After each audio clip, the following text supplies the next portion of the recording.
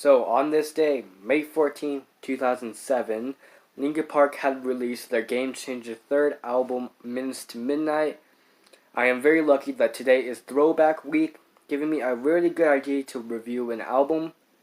So today is the 13th anniversary of Minutes to Midnight, May 14th, 2020. Right now, before we get to our album review, make sure to hit the like and subscribe button if you guys are new. For the love of music, let's get to our review. So the brief history of this album: after the release of Meteora and Hybrid Theory, the band wanted to change their sound and add new elements like adding guitar solos from the man himself, Brad Delson. They didn't want to make their album to sound like Meteora and Hybrid Theory. They don't want to make it, like their previous albums. So, to polarize fans. But fun fact, after the whole recording era and the whole titling the songs era, the whole group had a discussion about what to name the album, and Chester gave an idea to call this album Minutes to Midnight. So what this term Minutes to Midnight means was from the Doomsday Clock, and saying that it was minutes before midnight, I think. But this album was produced by Rick Rubin himself. He produced many albums for other bands, and this album already sold 4 million copies in the U.S. Like half of less than half of Hybrid Theory when it sold in the U.S. and 20 million worldwide.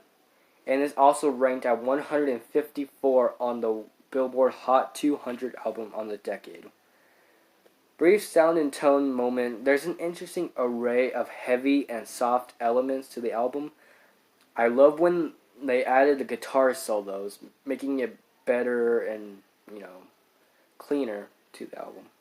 But there are also some political standings on the album that talks about like George W. Bush at the time when the album was released back in 2007.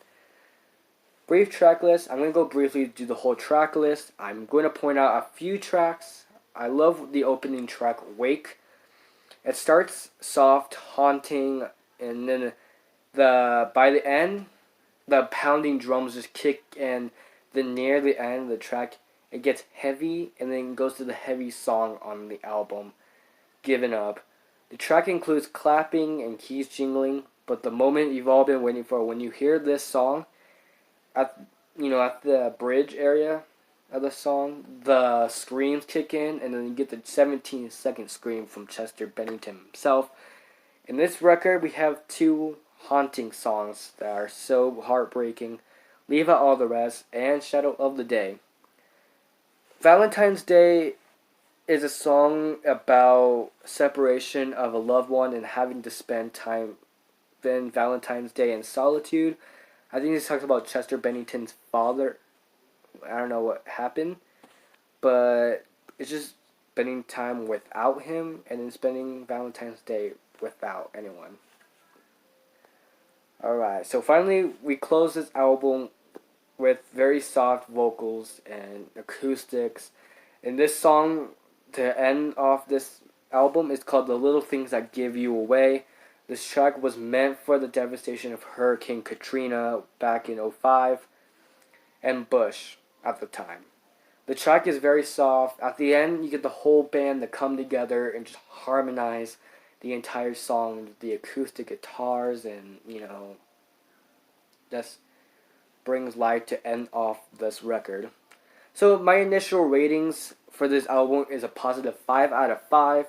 This album is in general have positive meanings in life and world around, and basically political environments. So I'm going to end this review. Just let me know your favorite track from Minutes to Midnight in the comments down below. Again, hit the like button, subscribe for the love of music, and I'm going to see you guys in the next video. Bye.